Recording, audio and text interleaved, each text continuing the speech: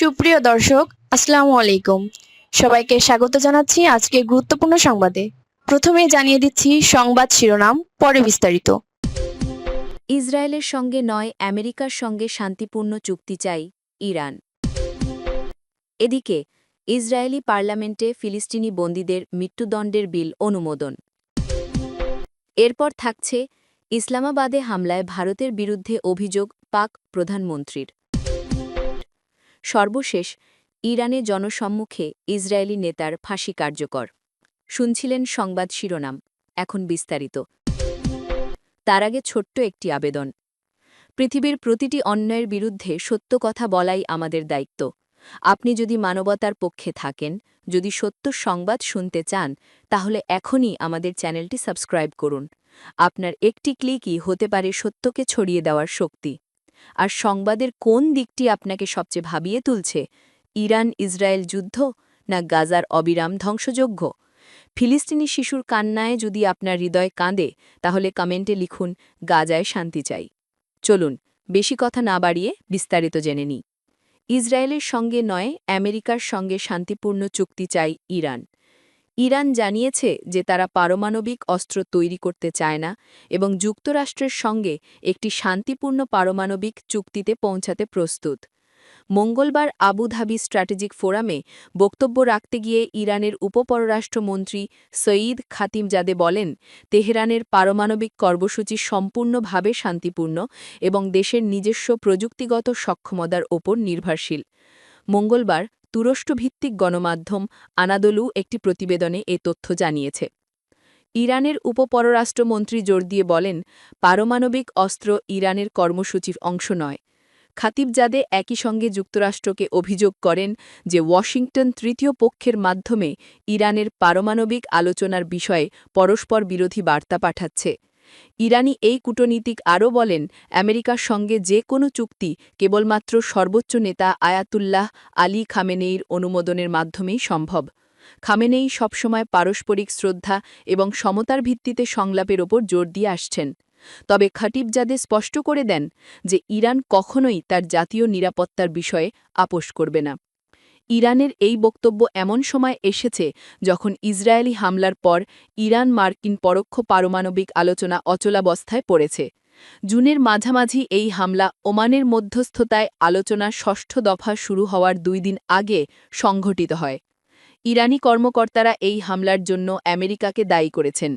হামলার পর ইরান ও ইসরায়েলের মধ্যে 12 দিনের সংঘাত শুরু হয়, যাতে ইরানের এক সিনিয়র কমান্ডার সহ 1000-এরও বেশি মানুষ নিহত হন।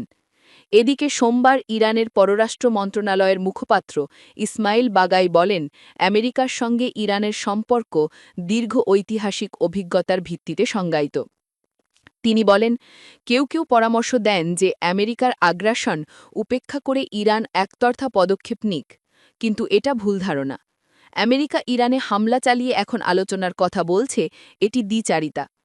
ইরান জানিয়েছে যে তারা পারমাণবিক অস্ত্র বিস্তার রোধ চুক্তি অর্থাৎ এনপিটি এর স্বাক্ষরকারী দেশ হিসেবে তাদের সব বাধ্যবাধকতা মেনে চলছে। দেশটি জানায় যে তাদের 60% ইউরেনিয়াম সমৃদ্ধিকরণ কেবলমাত্র বেসামরিক এবং গবেষণামূলক উদ্দেশ্যে। তবে জাতিসংঘের আন্তর্জাতিক পারমাণবিক শক্তি সংস্থা ও পশ্চিমা দেশগুলি ইরানের এই দাবির স্বচ্ছতা নিয়ে প্রশ্ন তুলেছে। এদিকে ইসরায়েলি পার্লামেন্টে ফিলিস্তিনি বন্দীদের মৃত্যুদণ্ডের বিল অনুমোদন। ইসরায়েলি পার্লামেন্ট নেসেট ফার্স্ট রিডিংয়ে ফিলিস্তিনি বন্দীদের মৃত্যুদণ্ড কার্যকরের অনুমতি সংক্রান্ত একটি বিল অনুমোদন করেছে। ইসরায়েলি সম্প্রচার কর্তৃপক্ষ কেএএন এই তথ্য জানিয়েছে। কেএএম আরও জানিয়েছে, সোমবার রাতে অনুষ্ঠিত ওই ভোটে 120 সদস্যের মধ্যে 39 জন পক্ষে এবং 16 জন বিপক্ষে ভোট দেন।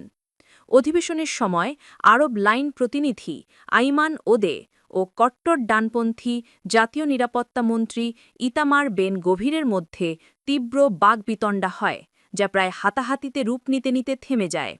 বেন গভীরের নেতৃত্বাধীন কট্টর ডানপন্থী জুইশ পাওয়ার পার্টি এই আইনটি প্রস্তাব করে। ভোটে আনার আগে বিলটি নেসেটের বিভিন্ন কমিটিতে পাঠানো হয় দ্বিতীয় ও তৃতীয় পাখের প্রস্তুতির জন্য।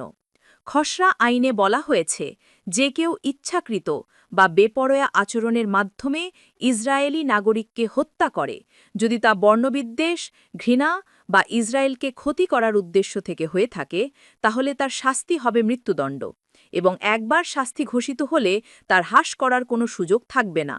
বেন গভীর ভোটের পর মার্কিন সামাজিক যোগাযোগ মাধ্যম এক্সে আনন্দ প্রকাশ করে লেখেন, জুইশ পাওয়ার ইতিহাস সৃষ্টি করেছে। আমরা প্রতিশ্রুতি দিয়েছিলাম এবং তা পূরণ করেছি। সন্ত্রাসীদের মৃত্যুদণ্ডের আইন প্রথম শুনানিতে পাশ হয়েছে। মানবাধিকার সংস্থাগুলি দীর্ঘদিন ধরে বেন গভীরের এই উদ্যোগের নিন্দা জানিয়ে আসছে। তাদের মতে এই আইনটি মূলত ফিলিস্তিনিদের লক্ষ্য করে তৈরি এবং এটি ইসরায়েলি শাসন ব্যবস্থার বৈষম্যকে আরও গভীর করবে।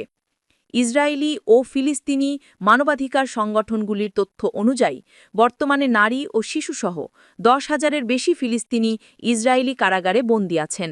বন্দীরা সেখানে নির্যাতন, অনাহার ও চিকিৎসা অবহেলার শিকার হচ্ছেন, যার ফলে অনেকেই প্রাণ হারিয়েছেন। সর্বশেষ, ইসলামাবাদে হামলায় ভারতের বিরুদ্ধে অভিযোগ পাক প্রধানমন্ত্রী। পাকিস্তানের প্রধানমন্ত্রী শাহবাজ শরীফ ইসলামাবাদে আদালত বাইরে সংঘটিত ভয়াবহ আত্মঘাতী হামলার নিন্দা জানিয়েছেন। একই সঙ্গে তিনি অভিযোগ করেছেন যে এই হামলার সঙ্গে ভারতের চরমপন্থী গোষ্ঠীগুলো জড়িত। মঙ্গলবার একটি বিবৃতিতে শাহবাজ শরীফ বলেন, ভারতের সন্ত্রাসী প্রক্সিগুলির মাধ্যমে পাকিস্তানের নিরস্ত্র নাগরিকদের উপর হামলা নিন্দনীয় এবং ঘৃণ্য।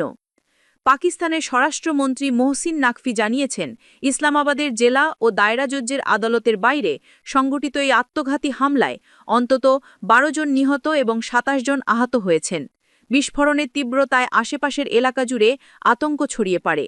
দেশটির প্রতিরক্ষামন্ত্রী খাজা আসিফ একটি প্রতিক্রিয়ায় বলেন, কাবুলের শাসকরা চাইলে পাকিস্তানে সন্ত্রাস বন্ধ করতে পারে, কিন্তু ইসলামাবাদে এই হামলা আসলে কাবুলের একটি বার্তা, যার জবাব পাকিস্তান দিতে জানে। নিজ দপ্তর থেকে প্রকাশিত বিবৃতিতে শাহবাজ শরীফ আরও বলেন, ভারতকে অবশ্যই এই অঞ্চলে প্রক্সি গোষ্ঠীর মাধ্যমে সন্ত্রাস ছড়ানো বন্ধ করতে হবে। পাকিস্তান শান্তি চায়, কিন্তু নিজের নাগরিকদের রক্ষায় কোনো আপোষ করবে না। তিনি আরও জানান, হামলার ঘটনার পূর্ণাঙ্গ তদন্তের নির্দেশ দেওয়া হয়েছে এবং যারা দায়ী তাদের বিচারের মুখোমুখি করা হবে। ভারত এখনও পাকিস্তানের এ অভিযোগ সম্পর্কে কোনো মন্তব্য করেনি।